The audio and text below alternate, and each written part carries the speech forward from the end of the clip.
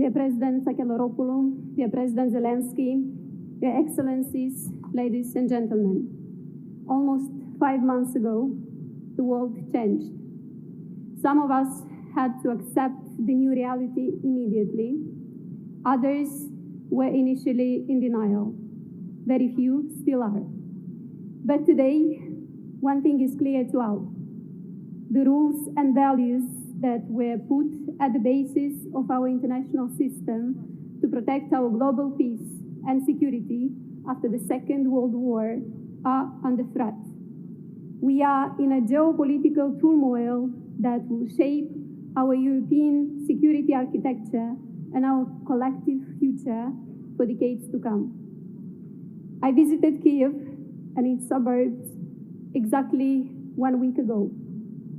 There are no words to describe what I've seen in Borodyanka, Irpin, and Bucha. Devastated cities, devastated families, devastated lives. Thousands of civilians massacred. Children, women, and elderly, losing their fathers, husbands, and sons, who are fighting now, as we speak, for their country's right to exist.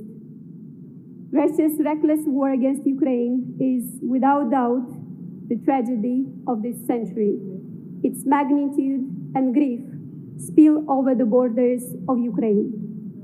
A humanitarian catastrophe, a global energy crisis, and a global food crisis in development, fueling insecurity around the world. We need to do everything that is in our powers to stop it. During the last 4 months, we have witnessed monumental examples of leadership and governance taken by the Ukrainian authorities, civil society, and ordinary citizens, partnering under unbelievable circumstances to help Ukraine survive as a state. Western partners have been helping as they could. Europe has seen unprecedented mobilization to help Ukraine and its citizens to defend themselves. Moldova alike has mobilized from the very first day of the war to help. Almost 500,000 Ukrainian refugees found shelter or safe transit via our country of 2.6 million people. Around 70,000 refugees, making 3% of our population, are still in Moldova, mostly women and children. Around 90% of them are hosted in Moldovan families who were the first to open their homes to all those who needed help. We will continue to do so until every Ukrainian can return home safely. We have provided humanitarian aid and we stand ready to work closely to support international efforts to enable exports of Ukrainian grain and to alleviate the global food crisis. Meanwhile, we face our unprecedented challenges in energy, security, and the economy. We do not know how long our people will be able to carry the burden of soaring prices for food, utilities, and fuel. Probably no country has been affected harder than Moldova by rising costs and growing uncertainties of our energy supply. Today, our people are already paying for gas a price that is 6 times higher than last year. I'm sorry to say this, but democracy could be among the things people are ready to sacrifice on the altar of safety and a full stomach. This is not a Moldovan problem. It's a vulnerability of many fragile democracies that depend on energy imports and have to pay the abnormal prices on the current market. We're grateful to our European and other Western partners who have been trying to help us. On June 23rd, my country was granted EU candidate status, the light at the end of the tunnel for many people who are unsure about Moldova's future, considering the dire circumstances. I would like to take this opportunity to thank all EU member states, the European Parliament, the Commission, and the Council for their trust and commitment to stand by our side particularly since the war has started.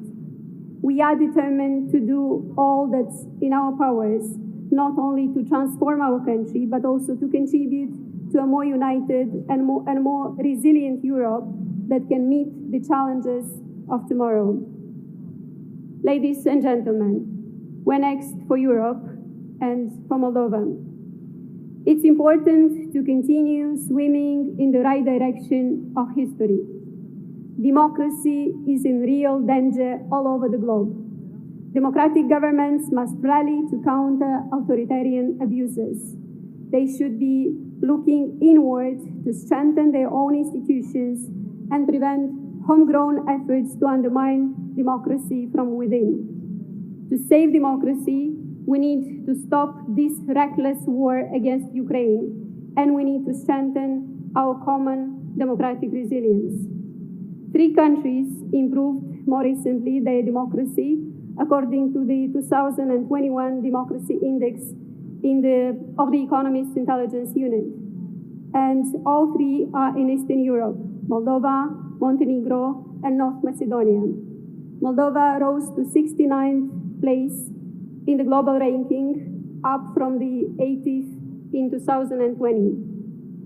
Still, we have many things to fix at home to strengthen our country's resilience, our democracy, the rule of law, and our prosperity. This requires serious reforms, and we have just started to implement these reforms. And the war in Ukraine represents a serious threat and impediment to our efforts. We should continue standing united in our commitment to peace, democracy, human rights, and the rule of law. We need to stay committed to upholding the rule-based international order. Starving the world and freezing Europe are not tools for dialogue in the 21st century. We need to find urgent solutions to the growing energy prices so as to prevent citizens from choosing between their livelihoods and their values. We need to push for the diversification of energy supply. We need more cross-border connectivity. We also need to increase our energy efficiency. We need to collectively purchase energy resources and create stocks. We need to create assistance mechanisms to compensate the groups vulnerable to the volatility of the energy prices. We need to adopt new, modern, and sustainable technologies for energy production. The EU and the partner countries need a consolidated policy to reduce dependency on Russian energy supplies. This policy should be based on European solidarity, assistance to most vulnerable countries, and be guided by the objectives of the European Green Deal. The food security crisis is one of the direct consequences of this war and needs immediate attention. The international community must not admit the deliberate destruction of Ukraine's economic capabilities, including those related to food security. We need shorter logistic chains, bring production of food closer to the European market, and make new investments in production facilities. We need to facilitate efficient transport across Europe. It is important that the West stands ready to help Ukraine overcome the economic and social consequences of the war. I very much welcome the discussion in the EU about a reconstruction plan for Ukraine. In the recent history, no European country has sacrificed and suffered, nor is deserving aid more than Ukraine.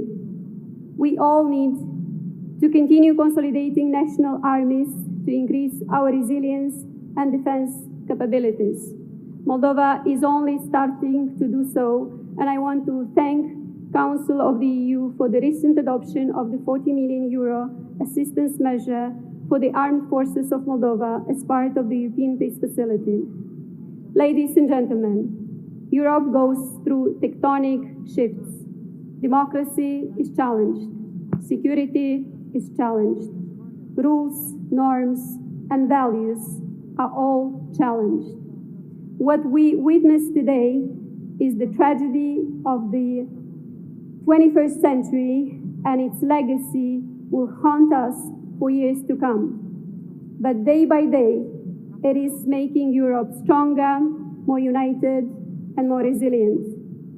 Uncertainties may be looming over our future, yet we shall master our destiny, and with resolve and a clear direction, so we will, by standing together against aggression and in European solidarity.